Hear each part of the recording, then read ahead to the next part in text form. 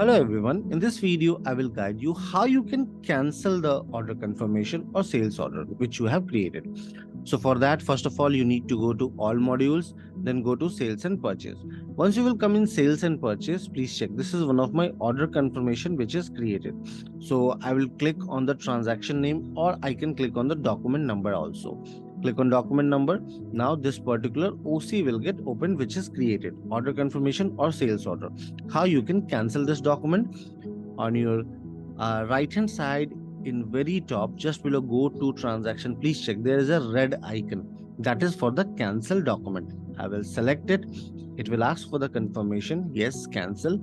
And now the order confirmation will get cancelled. Please check the status got changed to cancelled and this particular document is cancelled. I hope this video will be helpful to you in order to cancel your order confirmation. Have a good day ahead.